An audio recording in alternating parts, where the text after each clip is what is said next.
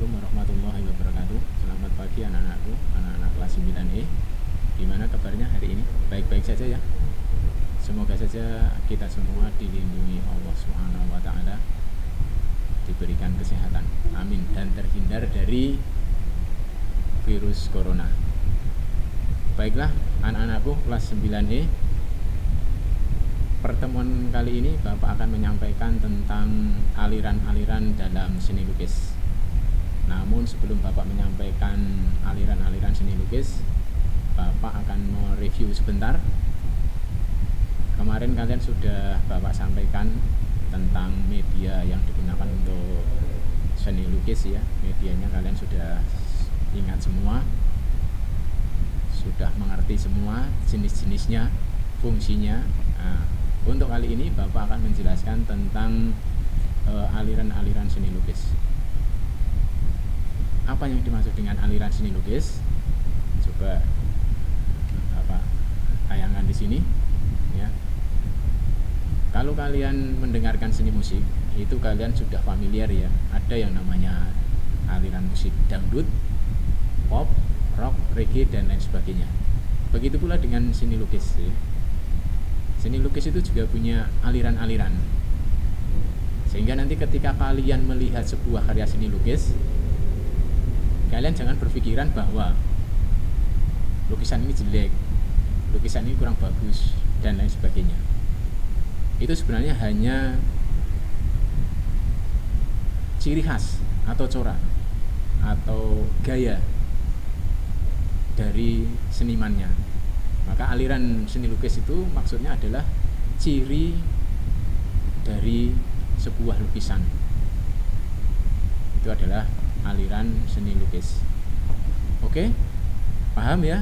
Aliran seni lukis itu maksudnya adalah sebuah gaya, semua ciri khas dari sebuah karya seni lukis. Aliran yang pertama adalah aliran yang disebut dengan aliran kubisme. Biasanya seniman itu ingin menyampaikan sesuatu dalam bentuk pengalaman keindahan dalam bentuk visual. Nah, supaya mendapatkan sensasi, biasanya seniman itu caranya macam-macam. Nah, aliran seni lukis yang satu ini itu adalah ingin menyampaikan sensasi pengalaman keindahan ya, dengan menggunakan atau dengan berkreasi mengkomposisikan bidang-bidang geometris. Nah, salah satu cirinya ini. Yang pertama adalah dalam penggambarannya objek itu dirubah-rubah, dikombinasikan ya. Jadi nanti akan kelihatan ada objeknya tapi tidak nampak, tetapi objeknya itu bisa dideskripsikan atau mendapatkan sensasi. Yang kedua adalah objeknya biasanya ya berupa hewan, manusia, dan nanti ada latar belakang yang mendukung supaya kelihatan karya itu punya sensasi lah, keindahannya itu punya sensasi. Nah, ini yang ketiga cirinya adalah memiliki bentuk geometris. Oke lah, baiklah anak-anak, daripada kalian masih bingung seperti apa aliran kubisme itu, coba kalian cermati gambar yang selanjutnya ini ya. Nah, seperti ini, lihat, coba kalian amati ya. Ini secara sepintas itu adalah komposisi dari bidang-bidang geometris. Ya, ada segitiga, ada setengah lingkaran, ada lingkaran, ada segi 6 dan lain sebagainya. Itu dikombinasikan, warnanya juga cenderung selaras. Tetapi sebenarnya di dalam komposisi bidang-bidang geometris itu ada objek, ya, ada objeknya.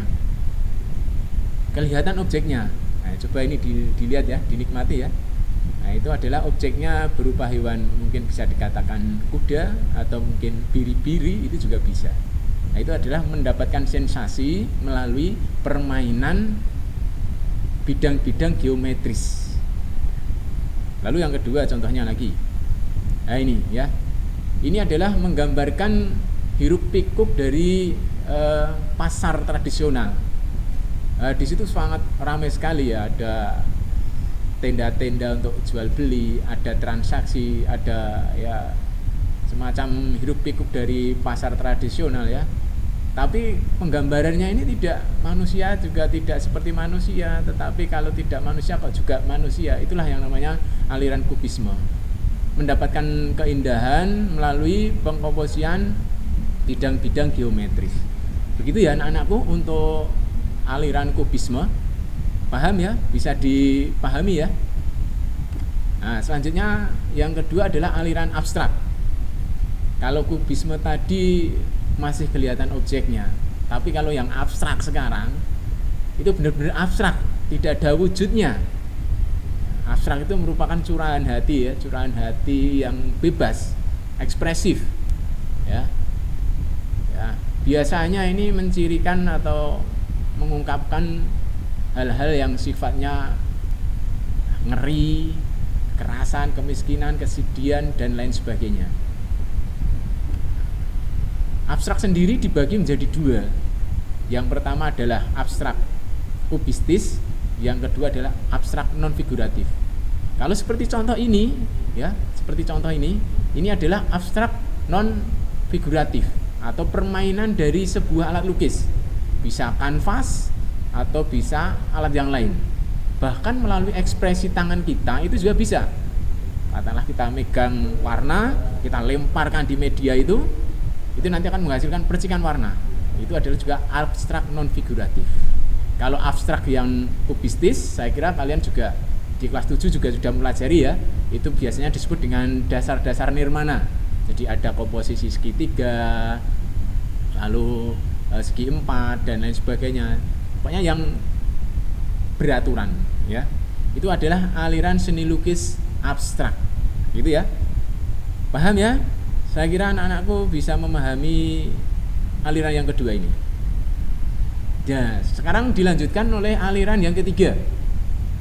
Ketika kalian melihat sebuah lukisan, ya, yang di situ itu menggambarkan sebuah karya yang digambarkan, yang dilukiskan itu ada sesuatu yang sifatnya itu imajinatif, sesuatu yang sifatnya khayalan, sesuatu yang sifatnya itu di bawah alam sadar manusia. Seolah-olah itu kita mengandai-andai. Jadi itu tidak ada di dunia. Nah, biasanya pelukis-pelukis ini yang banyak menggunakan aliran surrealisme ini adalah kayak kalau kita sering pergi mungkin ke gereja atau mungkin rumah sakit yang non muslim, itu kalian sering melihat ya. Itu adalah salah satu dari pengungkapan dari karya seni yang beraliran surrealisme. Cirinya ini yang pertama ya, penuh dengan khayalan atau fantasi, sesuatu yang sifatnya itu imajinatif lah. Lukisannya itu yang aneh-aneh ya. Lalu yang ketiga, objeknya merupakan penggabungan dari objeknya yang nyata ya, dan terkesan aneh. Baiklah, supaya kalian lebih memahaminya seperti ini ya. Ini kalau sepintas, gambar apa ini? Ini ada pintu, ada handle-nya, tapi ini bukan pintu, tapi ini pohon. Ada burungnya di bawah, ada kuncinya di bawah. Ini adalah salah satu bentuk lukisan dari surrealisme. Dia ingin mengungkapkan sesuatu yang sifatnya imajinatif. Ketika orang melihat ini, ada apa ya sebenarnya? Itulah pesan yang sebenarnya ingin disampaikan oleh aliran surrealisme ya. Ingin menyampaikan pengalaman keindahan tetapi melalui bentuk-bentuk visual yang sifatnya itu yang imajinatif. Ini juga ya. Jadi ini adalah penggambaran dari tokoh pewayangan dan di situ memikirkan apa. Nah, itulah yang dimaksud dengan surrealisme, menggambarkan sesuatu yang sifatnya yang imajinatif atau sifatnya yang khayalan ya. Ini yang mungkin kaligrafi. Jadi kaligrafi itu ada yang sifatnya dekoratif, ada yang sifatnya murni ya. Murni pun nanti banyak sekali ya, kaligrafi yang bisa masuk ke dalam aliran yang surrealisme maupun kaligrafi yang bisa masuk ke aliran yang lainnya, tergantung bagaimana dia menciptakan sebuah lukisan tersebut. Tetapi kalau seperti ini masuk dalam kategori kaligrafi dengan cenderung ke surrealisme. sifatnya yang imajinatif, penuh dengan khayalan. Ya. Oke, paham ya anak-anakku? Sekarang yang keempat ya, supaya menyingkat waktu, adalah aliran ekspresionis atau ekspresionisme. Aliran ekspresionisme itu sesuatu yang sifatnya atau lukisan yang sifatnya dibuat ya dengan lebih mementingkan atau lebih mengedepankan pada kebebasan dalam berekspresi. Biasanya ini ekspresif, bisa menggunakan tangan, jari, atau menggunakan kuas dengan durasi yang biasanya lebih cepat ya. Ini bisa kalian cermati ya, objek-objek yang dilukisan antara lain kalian hampir mirip dengan apa? Abstrak ya, berdekatan, tetapi wujudnya lebih nyata ini ya. Oke, daripada kalian mungkin memahami kata-katanya susah, bisa kalian pahami melalui contoh lukisan ini. Bahkan kalian akan lebih mudah memahaminya daripada deskripsi yang tadi Bapak sampaikan. Ini dilihat ini, ekspresif, wajah manusia ya lebih cenderung ke kebebasan. Itu adalah aliran ekspresionisme ya. Jadi ketika kita membuat sebuah lukisan dengan lebih mengedepankan pada kebebasan dalam berekspresi ya, ini cenderung ke aliran ekspresionisme. Oke, yang selanjutnya yang kelima adalah aliran seni lukis, yaitu aliran realisme. Realisme, dari kata-kata realisme itu berasal dari kata real atau nyata. Jadi ketika seniman membuat sebuah karya seni lukis realisme, itu berarti yang dilukiskan itu adalah sesuatu yang sama persis dengan apa yang dia lihat. Itu namanya realisme, tanpa ada tambah-tambahan apapun. Itu namanya realisme ya. Nah, realisme ini adalah menjadi kelanjutan dari apa? Gambar bentuk. Ketika kalian di kelas 7 ada gambar bentuk ya, ada gambar flora, fauna, alam benda. Nah, itu nanti larinya ke sini, larinya ke aliran realisme ya. Paham ya? Sesuatu yang sifatnya nyata. Ini lihat ya. Jadi mulai dari anatominya, mulai dari gelap terangnya, detailnya ya, dibuat semirip mungkin dengan objek yang kita lihat. Itu adalah aliran realisme. Begitu anak-anakku untuk selanjutnya ya. Nah, ini bisa kalian amati juga ya, aliran realisme. Yang keenam adalah aliran naturalisme. Natural itu berarti alam ya. Jadi cenderung lukisan ini akan mengeksplorasi tentang keindahan alam.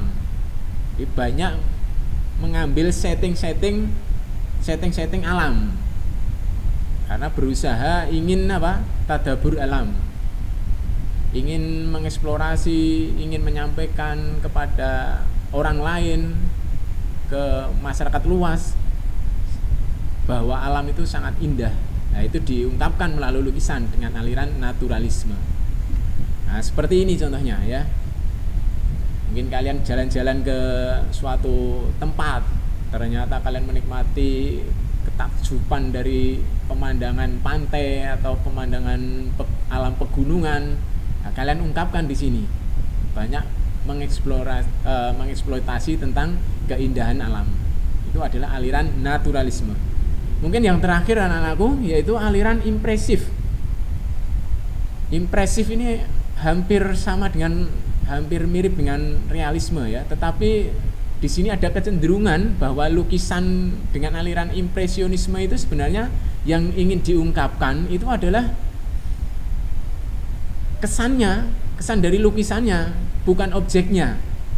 Kalau realisme itu adalah yang ingin ditonjolkan adalah objeknya, tetapi kalau impresionisme itu yang ingin ditonjolkan adalah makna yang terkandung di dalam sebuah lukisan itu.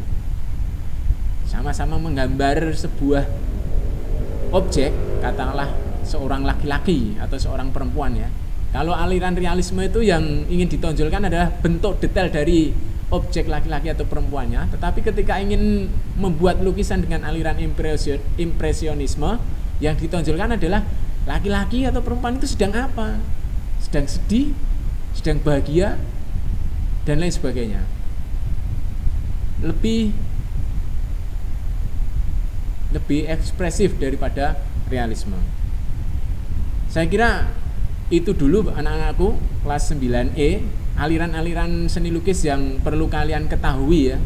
Sehingga setelah kalian mengetahui aliran-aliran seni lukis ya, mulai dari kubisme, surrealisme, naturalisme, ekspresionisme, dan lain sebagainya tadi, ketika kalian menyaksikan sebuah karya seni lukis, kalian jangan langsung memvonis, kok lukisannya jelek, kok lukisannya kayak anak TK. Itu sebenarnya bukan seperti itu. Tetapi apa? Lukisan itu karena kecenderungan dari si senimannya tadi. Dia cenderungnya alirannya apa? Tiap-tiap aliran itu mempunyai kelebihan-kelebihan masing-masing. Oke, anak-anakku kelas 9E, semoga kalian belajar di rumah tetap sehat, selalu ikuti pelajaran dengan baik. Jangan lupa untuk memperkaya apa yang Pak Guru sampaikan pada kesempatan kali ini. Kalian jangan lupa membaca referensi lagi. Referensi bisa berasal dari buku paket kelas 9, atau kalian juga dari internet juga bisa. Sehingga nanti kalian akan semakin luas wawasannya. Karena wawasan itu bisa berasal dari melihat, bisa berasal dari membaca. Begitu saja penyampaian materi pada pagi hari ini. Terima kasih atas partisipasi dari anak-anakku sekalian. Akhirul kalam, wassalamualaikum warahmatullahi wabarakatuh.